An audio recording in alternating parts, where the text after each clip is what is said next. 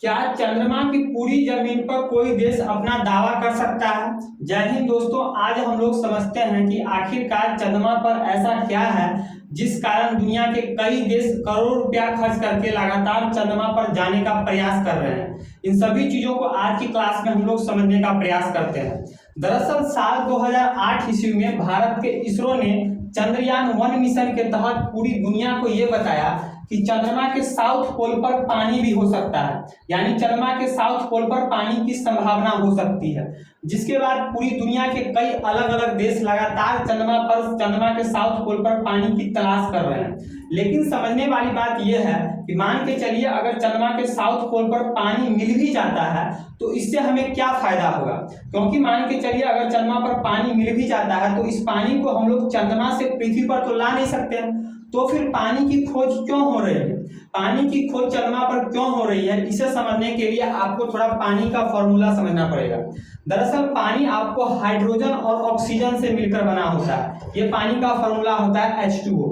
पानी में आपको हाइड्रोजन और ऑक्सीजन होता है, हाइड्रोजन और ऑक्सीजन से मिलकर पानी बना होता है। तो इस पानी में से हम लोग हाइड्रोजन और ऑक्सीजन को अलग यानी सेपरेट भी कर सकते हैं। पानी में से हाइड्रोजन और ऑक्सीजन को सेपरेट अलग करने के बाद हाइड्रोजन और ऑक्सीजन को मिलाकर हम लोग रॉकेट का प्योर शुद्ध ईंधन भी बना सकते हैं, प्योर शुद्ध ईंधन भी बना सकते हैं।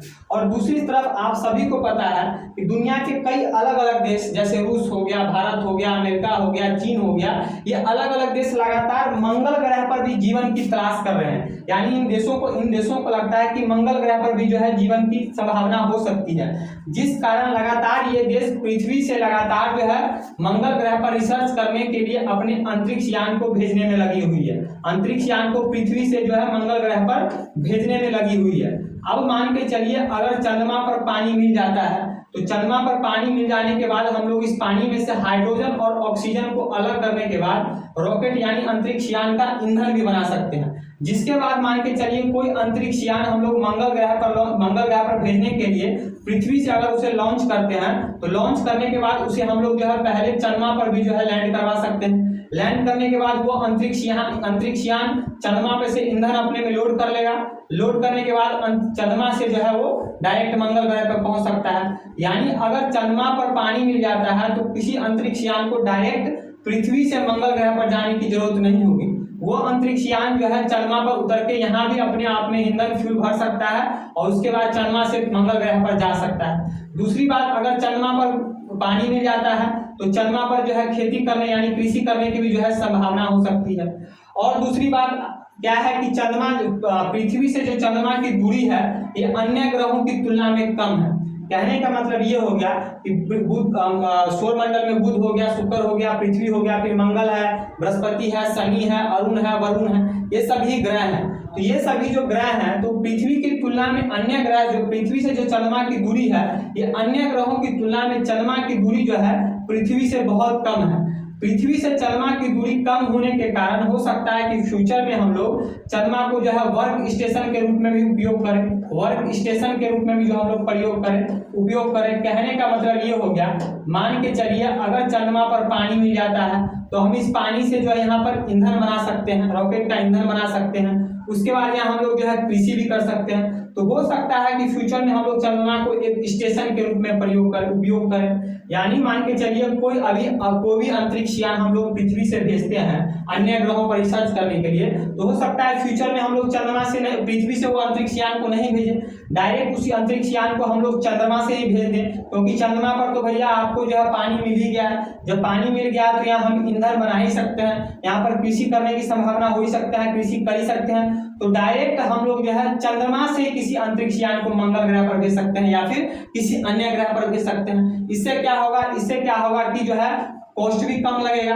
अंतरिक्ष यान पर जो खर्चा आता है वो भी कम लगेगा और उसका सटीक लोकेशन बनाना भी जो है आसानी होगा। क्योंकि पृथ्वी से जो है इन ग्रहों की दूरी ज्यादा है और चंद्रमा से इन ग्रहों की दूरी कम पड़ती है, तो इनमें जो है मतलब कि आपस में जो है कांटेक्ट बना के रखना भी जो है बहुत ही आसान होगा। ये सभी कारण है जिस कारण दुनिया के कई अलग अलग देश जो है लगातार जो है चंद्रमा पर जाने का प्रयास कर रहे हैं। दूसरी बात यह है कि इस चंद्रमा पर जो है कई इंपॉर्टेंट कई कीमती जो है धातु होने का संभावना किया जा रहा है, जैसे कि मान के चलिए सोना हो गया, यूरेनियम हो गया, प्लैटिनियम हो गया। माना जा रहा है कि ऐसे ऐसे कीमती धातु जो है इस चंद्रमा पर हो सकते हैं। यही कुछ प्रमुख कारण है जिस कारण दुनिया के अलग अलग देश जो है लगातार इस चंद्रमा पर जाने का प्रयास कर रहे हैं और अपना धाक जमाने का जो है कोशिश कर रहे हैं। लेकिन आपको शुरू मैंने एक क्वेश्चन पूछा था कि मान के चले क्या फ्यूचर में ऐसा हो सकता है कि इस चंद्रमा पर कोई देश या फिर अमेरिका हो गया, रूस हो गया, भारत हो गया, चीन हो गया, कोई ऐसा देश इस चंद्रमा पर अपना पूरा दावा कर सकता है। मान के चलिए रूस बोले कि नहीं ये पूरा चंद्रमा मेरा ही है, अमेरिका बोले नहीं नहीं पूरा चंद्रमा मेरा ही है। तो इसे समझने के लिए आपको थोड़ा एक कॉन्सेप्ट ये समझना पड़ेगा कि आपको 1967 ईस्वी में यूनाइटेड नेशन यानी यूएनओ का आउटर स्पेस समझौता हुआ था। आउटर स्पेस समझौता हुआ था। इस समझौते के तहत यह कहा गया था कि दुनिया का कोई भी देश, चाहे अमेरिका हो, भारत हो, रूस हो, चीन हो, दुनिया का कोई भी देश जो है आपको अंतरिक्ष के किसी क्षेत्र पर अपना पर्सनल दावा नहीं कर सकता है। ये नहीं बोल सकता है कि नहीं भैया ये चंद्रमा मेरा ही है। ये नहीं मान के कोई बोल सकता है कि नहीं ये शुक्र ग्रह तो पर्सनल मेरा ही है, इस ग्रह पर आप मत जाओ। फिर इसके बाद फिर आपको 1989 ईस्वी में यूएनओ का एक और चंद्रमा समझौता हुआ। चंद्रमा समझौता हुआ।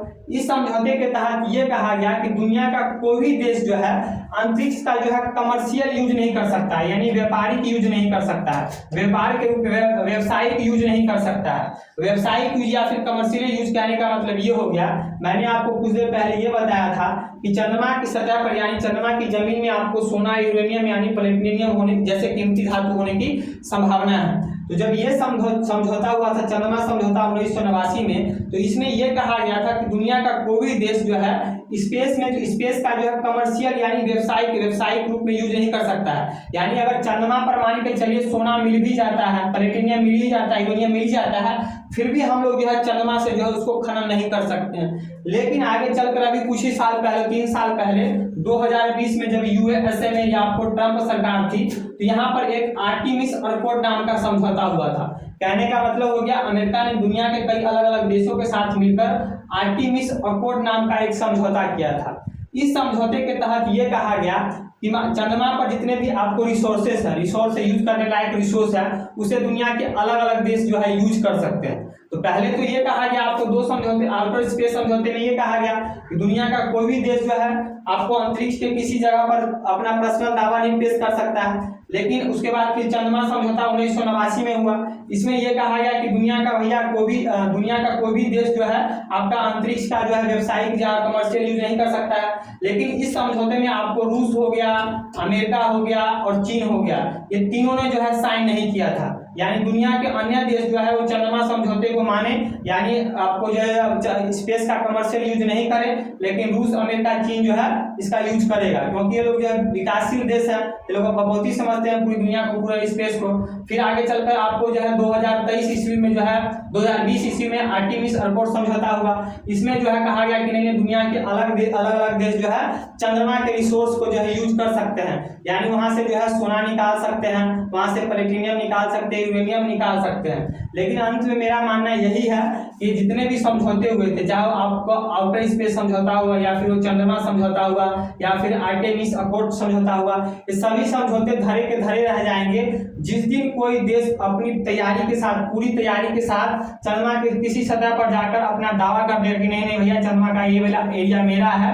पूरी तैयारी के साथ अगर कोई देश जाकर कहता है कि नहीं चंद्रमा का ये वाला एरिया मेरा है, वो क्षेत्र उसी का हो जाएगा, क्योंकि सभी के सभी समझौते धरे रह जाएंगे। अभी कोई भी जो देश है पूरी तैयारी के साथ चंद्रमा पर नहीं जाता है कि भैया वो सिर्फ जा रहा है चंद्रमा पर देखने के लिए, अपना अंतरिक्ष यान भेजता है। कोई देश पूरी तैयारी के साथ नहीं जा रहा है, और कोई देश पूरी तैयारी के साथ चंद्रमा के किसी सतह पर जाके अपना दावा कर दे कि नहीं ये क्षेत्र मेरा है, तो उसका ही हो जाएगा। मेरा विश्वास कीजिए जितने समझौते हैं ये सभी धरे के धरे रह जाएंगे। तो आई होप आप लोग समझ गए होंगे कि आखिरकार दुनिया के अलग अलग देश जो है चंद्रमा पर जाने की तैयारी क्यों कर रहे हैं, क्योंकि उनसे जो है उन देशों को जो है बहुत फायदा मिलने वाला है फ्यूचर में। अगर ये वीडियो आपको अच्छा लगा हो तो इस वीडियो को ज़्यादा से ज़्यादा अपने दोस्तों के साथ शेयर कीजिएगा। मेरे चैनल शुभम दुबे को सब्सक्राइब कीजिएगा। आज के लिए इतना ही, मिलते हैं नेक्स्ट वीडियो में नए टॉपिक के साथ। तब तक के लिए जय हिंद।